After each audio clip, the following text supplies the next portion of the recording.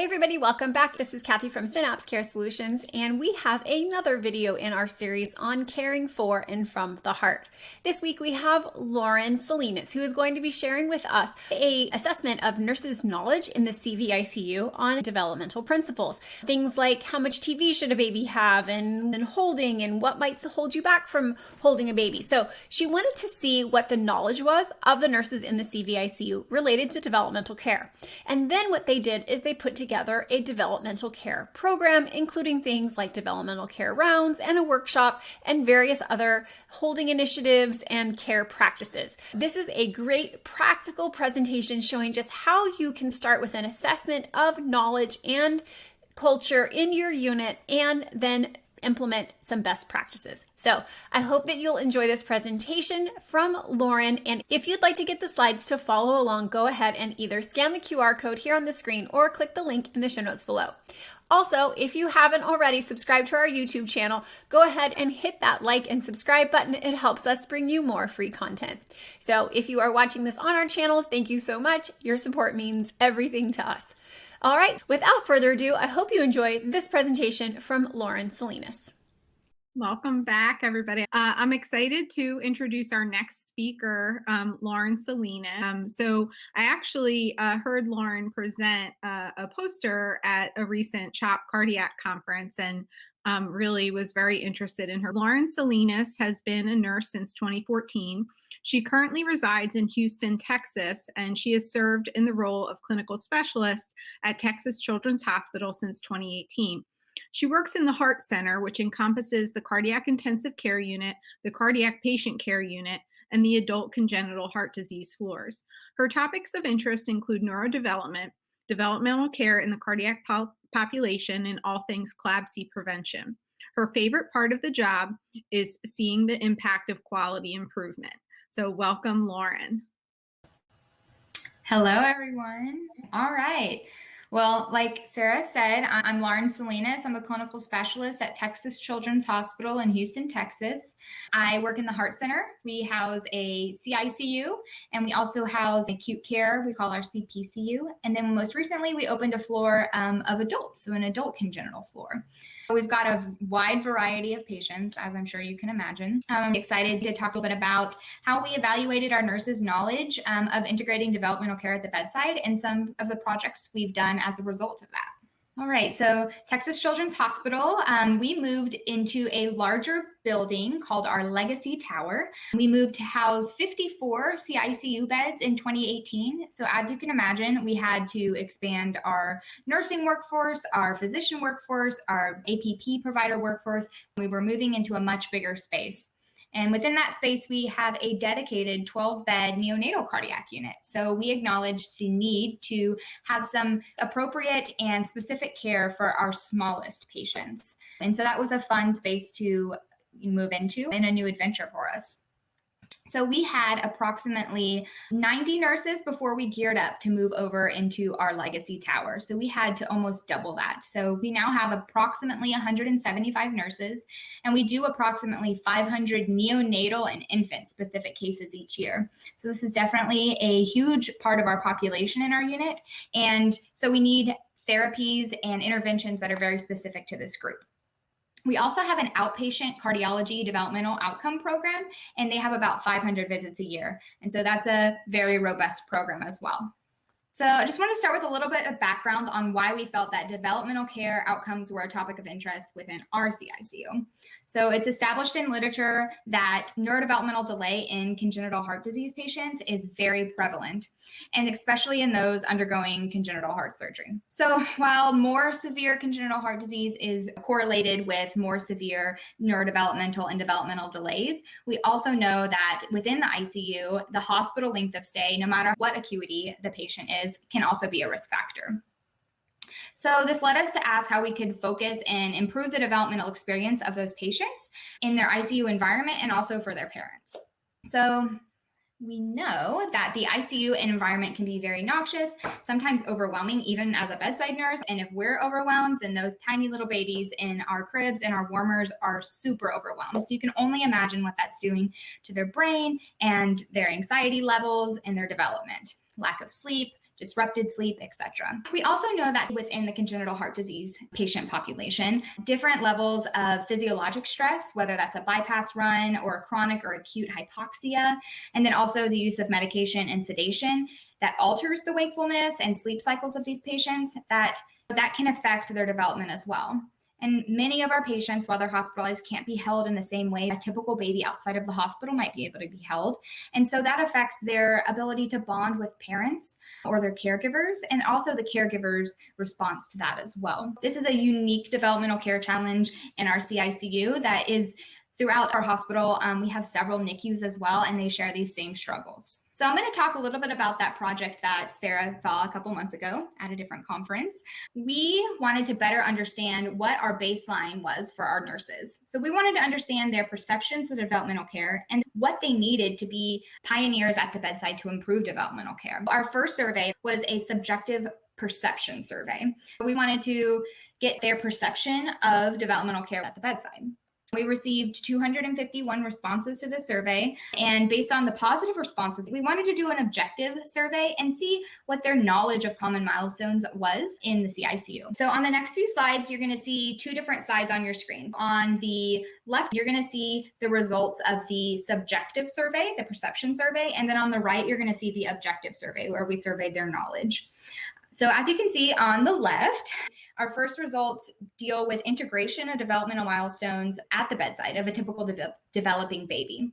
Over 90% of our nurses selected that they agreed or strongly agreed that they were knowledgeable of typical developing milestones of a baby. On the right, you can see that the second survey, in which we assessed their objective knowledge, we can see that they didn't always score the best. Many nurses answered correctly, but you can see there was some room for education. So we really took this as our first eye-opening moment where we saw that we could improve on some of our education interventions. So this slide's going to deal with parental involvement. So that parental and caregiver involvement at the bedside is not only beneficial to the patient, but also to the parent or caregiver. Over 90% of nurses said that they often or very often engage the family in caretaking with their baby. So we were excited by this, and we wanted to define what parents were doing at the bedside. So on the right, you can see that the objective survey, most nurses selected that in less than 25% of their shifts, caregivers were involved in a bath, a diaper change, or oral care.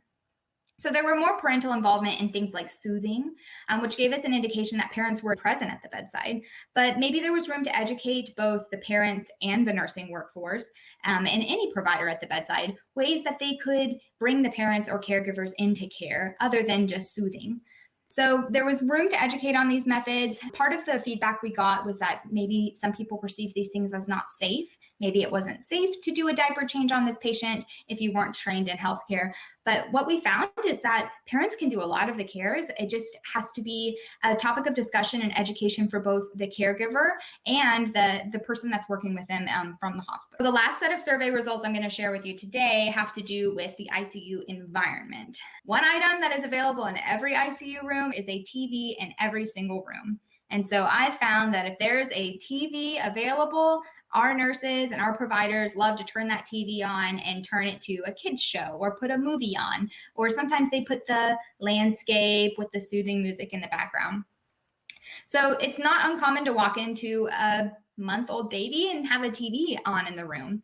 And so we wanted to better understand the knowledge of our nurses, what their perception was on how much screen time they should have.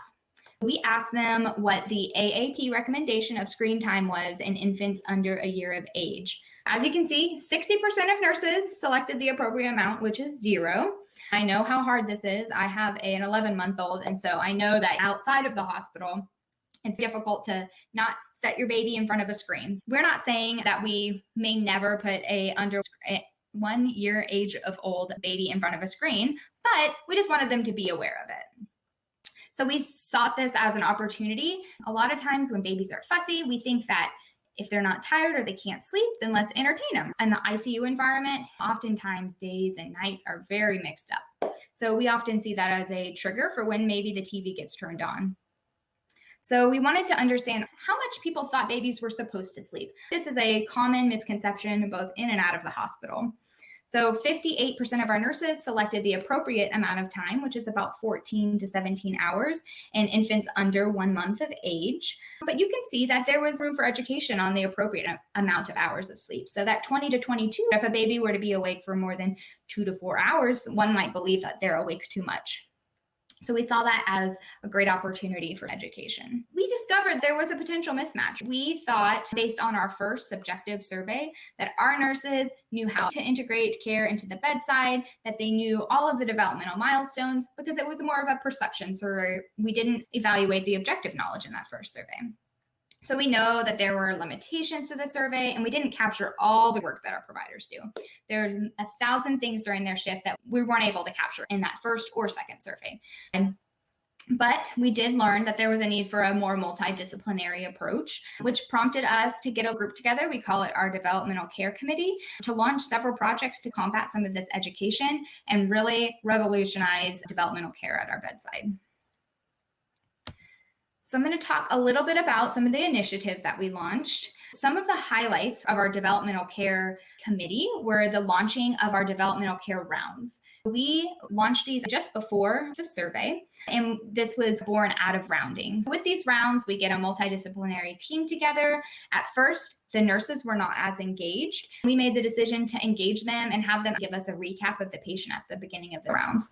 Within these rounds, we discuss their milestones. We engage the parents. If the parents can't be there in person, we'll engage them virtually. We talk about what they can expect, any questions they have. We've given parents the opportunity to hold intubated patients, even patients on ECMO. Sometimes we have patients that are on ECMO for very long periods of time. We've been able to understand what our parents and caregivers need from us. These developmental care rounds have been rewarding for both us and the parents and caregivers and the patients themselves. Some of the other things we discuss in here are language development. We have a speech therapist that rounds with us. We have PT, we have OT, we have a chaplain. And we really just feel like this is a great way to capture all the things that we can do to help our patients become a little bit get the typical experience they would outside of the hospital. So we also launched a preceptor and nursing education module. So we have something called training tracks that we do each quarter. So we were able to do a little more education with our nurses and our preceptors. We also launched a neonatal holding initiative. There was very vague guidelines. It was up to whoever was on as to whether they were comfortable with caregivers holding the patients. We have very strict criteria now of who can and who can't be held. So one of those things that we were able to add onto there as a pretty much always okay to be held is intubated patients. I know that in the NICU, our NICU at least, this was standard practice, but in the cardiac ICU, just with that element of the instability of the cardiac function, we oftentimes didn't allow parents to hold their intubated child. And now it's not uncommon to see that when you walk around our unit, which is rewarding for those caregivers and the patients. We also modified our sternal precautions. We were able to shorten that period of time in a controlled manner. And our OTs and our PTs are now allowed to do tummy time a lot sooner. We're able to do some modified tummy time on parents' chests. It's been really great to get them up and off their back a lot sooner. And then most recently, we've launched a literacy and language development initiative, and this has been very well received. We have a calendar in the room, and we give parents a book or two, and we really challenge them to read to their baby. And a lot of times they're very confused at first. They say how they can't understand what I'm saying, or they may be intubated, or they may be sedated. But we know from a lot of research that reading to babies is beneficial to their brain development and their language and literacy development. So this has been very well received, and it's super easy. You just need some books, and you can really just encourage this intervention for your patients. And then we also recently started an early oral feeding nursing education in cardiac babies and our low birth weight infants in our NICU. It's oftentimes a risky thing to feed them. We wanted to incorporate more opportunities for babies to bottle feed and breastfeed before their surgeries. So I'm just going to talk about one of our bigger interventions. It's called our developmental care workshop. We have a multifaceted curriculum that we present to many different disciplines. Participants of our latest ones have been registered nurses, physical therapists, occupational therapists, and a mix of nurse practitioners and physician assistants. We wanted this to be a hands-on opportunity for all of these disciplines to listen to some didactic and knowledge-based presentations. We had a fetal cardiologist come in, we had nurses talk, we had APP talks, PT and OT and speech, and our developmental pediatricians come in.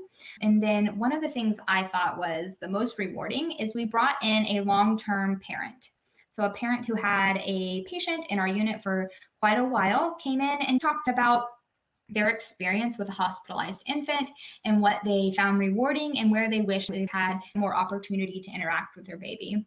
So then after we had those didactic portions, we then went on and did a hands-on portion. So in the hands-on portion, we simulated holding that intubated baby. I said earlier, a lot of people are uncomfortable doing some of these things just because it's unfamiliar, and getting an infant out of the bed intubated is risky and scary for a lot of people. And so we wanted to do a sim of that. So they did it several times and got the baby, the mannequin, into the mother's hands 3 or 4 times. So everyone got that experience.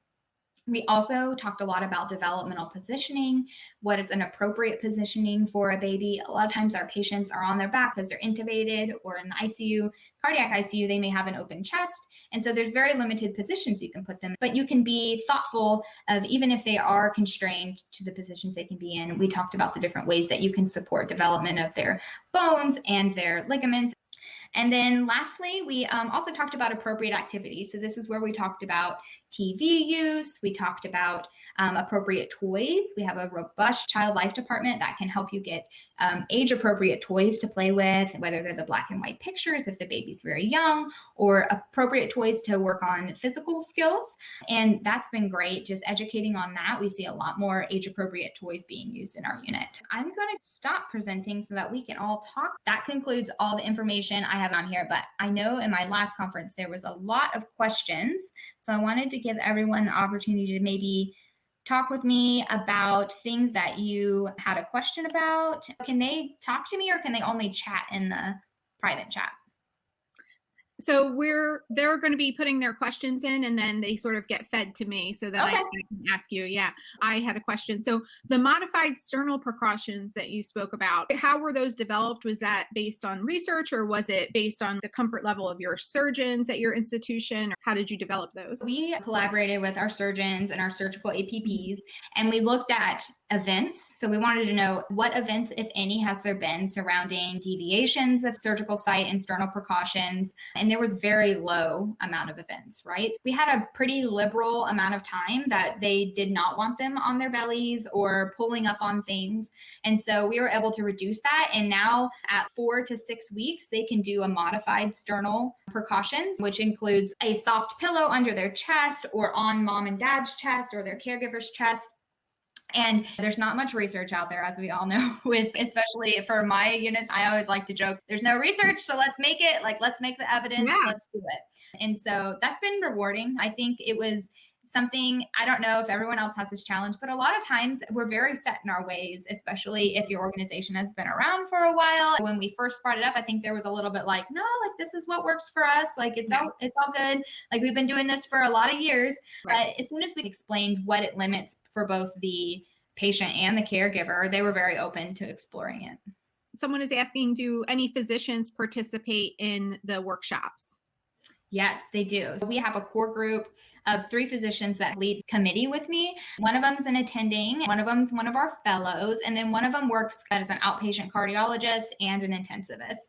So one of the cool things about a developmental care workshop, the first one, there was no physicians in it. The second one, we did have about 4 or 5 come in a more unofficial capacity, but COVID happened. So our plans were to have all of our fellows come to the next one and our instructors, because we felt like that would be a great opportunity for everyone to learn the same thing at the same time, whether you're a nurse or an OT, PT, or a fellow, everyone kind of got the same education. Someone said, do you utilize champions? Did you have nurse champions on the unit? Yeah, so we did. And it depends on the project, whether we had a full set of champions or we trained our charge nurses or whatever group that was. We have about 6 nurses that are exceptionally interested in developmental care, and they regularly attend our meetings with us. We like to joke that no meeting is just a leader meeting. We have everyone come to every meeting that they're interested in. And so a lot of times they make their own champion route just by the knowledge that they get through those different meetings. For the holding initiative, that one was really scary for a lot of people at the beginning before the workshop. And so we did have identified champions that were available. And we first limited it to just day shift before 5 p.m. And if any of those champions were on, then they could come help you get your intubated patient out of bed. And then after that, we liberalized it because you'd get the call and says, hey, I have a parent here and it's 8 p.m. and they really want to hold their baby, but we're not supposed to do it past 5. So we started spreading it a little bit. Now we have patients that some babies really love to be held. And so that's one of the ways that they calm down. So if they're exceptionally agitated or irritated, sometimes that's what they want. They want that skin to skin time. We're so used to medicalizing their needs as opposed to they're a baby and they want to be held and loved. And so that's something we've had someone hold at 4 a.m. and it calmed the baby down. And so for that, I think that spread. We still have some people that are uncomfortable at times, but I would say if you're looking to expand your holding, start with a small period of time and with some champions. And then it'll, as people see it and see that your patient's not just going to rip their tube out or decompensate. Yeah. That was something that was very interesting to me. So I have been a NICU nurse for 10 years and then recently have moved on. I'm a nurse practitioner now in the cardiac care unit at CHOP. You know, for me, like getting intubated patients out of bed, like we do it all the time in the NICU. And it would just seem like this, like what in the CICU. So it's interesting how you have to start small when you're making such a big cultural change in a unit and then scale that up. And when you're holding, are you like skin to skin and modified sternal precautions? What does that look like when they're holding in the CICU? So it depends on what phase they're in. Some of our parents are not as comfortable as NICU parents doing the skin to skin. I think this is our next thing that I'm really passionate about is increasing the actual skin to skin time we have. Probably about 60% of the time, they are just over clothing or a blanket on the parent or caregiver. I would say most of the time they're more the cradle position if they're intubated for us because our babies aren't as small as NICU babies oftentimes. And so a lot of times NICU babies, you can manipulate a little bit more. And so we may have a 12-pound baby and it's a little bit harder to do them like head up, chest to chest if they're intubated, but oftentimes they'll be more in the cradle position. Good question. A lot of questions coming through. Loved your nurse engagement practice with presenting their patients. Do you have automatic consults for therapy and chaplain involvement? Do those consults automatically go in at admission or how does that work? We have a preliminary assessment that automatically gets triggered. And so a PT, OT, or a chaplain will come by and make that preliminary assessment before a full consult. If they feel like the patient needs services, they will ask the physician or the provider for an order. We also have some other triggers, like if they're transferred to us, we have a few other screens. And then if they've had an acute event, there's a trigger that asks if you need to add any of these therapies on. Okay, great. And the frequency of those developmental care rounds, how often is that happening? And I know you said you incorporate parents either in person or virtually with those. So we have them officially every Wednesday, and we never do more than 4 patients because we want to give them like 15 to 20 minutes of our time. We don't want to do it to where we're having to rush or we didn't meet everyone. And this has worked well because it allows us to spend that large portion with the parents.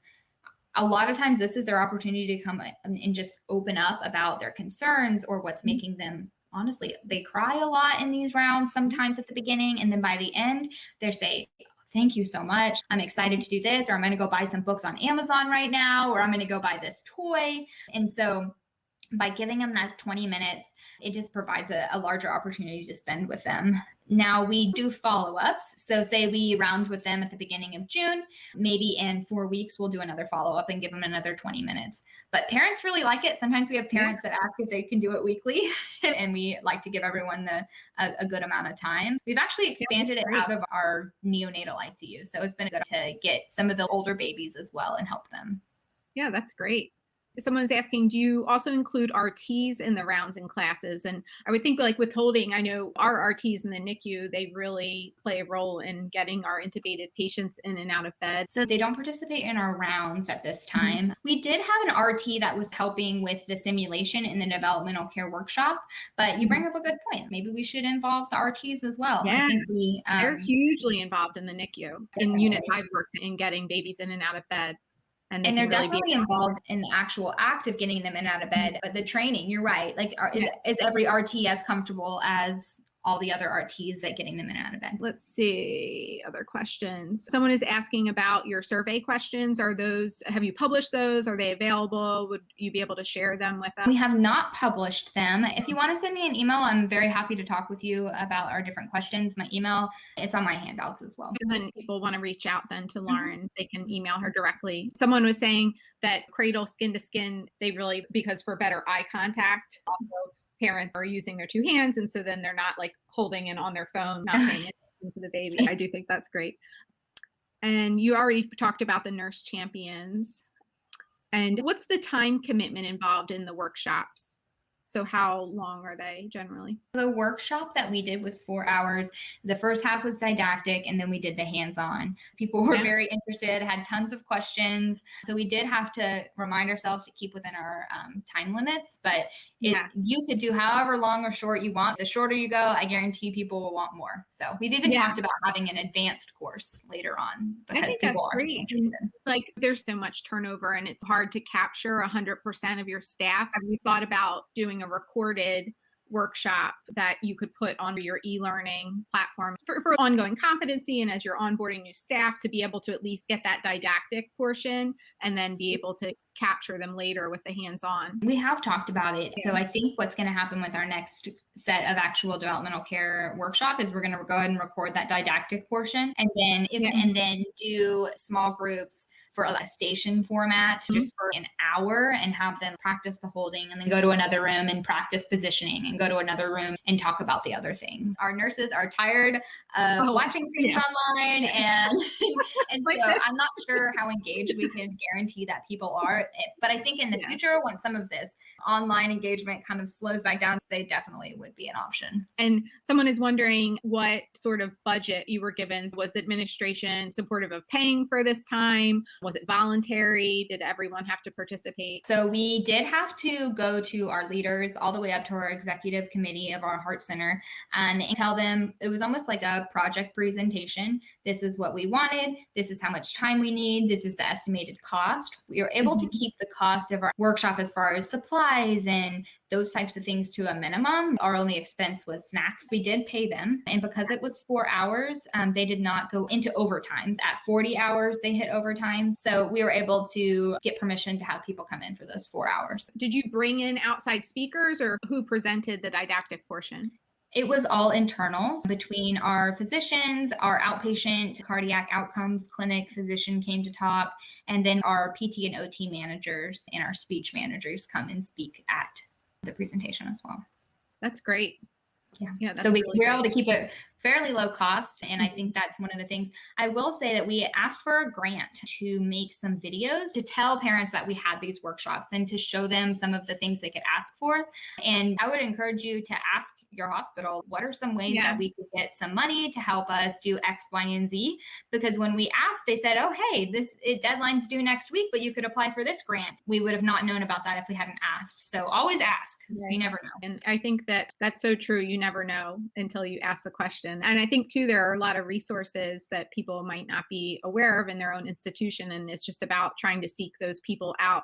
So did you go to who in your institution did you go to? How did that work to get up the chain to the person that helped you with that? With us, we talked with our nursing director of our cardiac area, and then the physician lead talked to our medical director, and they were able to escalate it to the executive committee. And the executive committee is actually who said, we have this opportunity at the deadline soon, but if you want to apply for money, you can.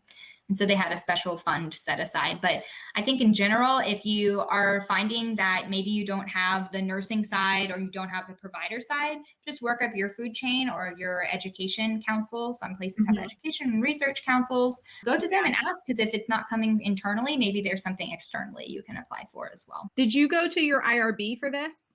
We did not, no. Have you thought about doing any like IRB research with this? I feel like We there's so many things you could do. We have a few things going on right now that are working through the IRB channel that we've collaborated with our physicians on. Whenever you do a quality improvement project, like when are you going to publish it or when are you going to do more? So yeah. But it's important to share that knowledge because there's no way of knowing what other people are doing. We work in silos. It's tough. It's hard to go the IRB route. A lot of work involved in that. Any other questions? I think I got everybody's. Awesome. Thank you so much. This was great. I'll be emailing you for sure. My email's on the last slide of our handout. Thank you.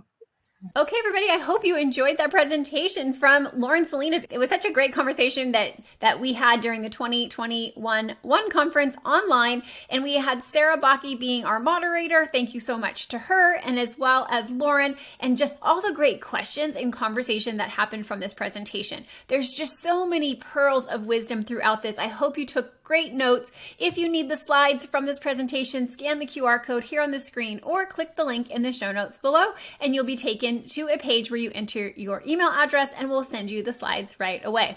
If you haven't already, what are you waiting for? Subscribe to our YouTube channel. It helps us bring you more free content and helps us to share presentations like this around the world. So I hope that you've enjoyed this presentation on caring for and from the heart. If you've missed any of the videos in this series, go ahead and look in our show notes for links to the other presentations. So I hope that you have a great February. Happy Valentine's Day, and we will see you in the next one.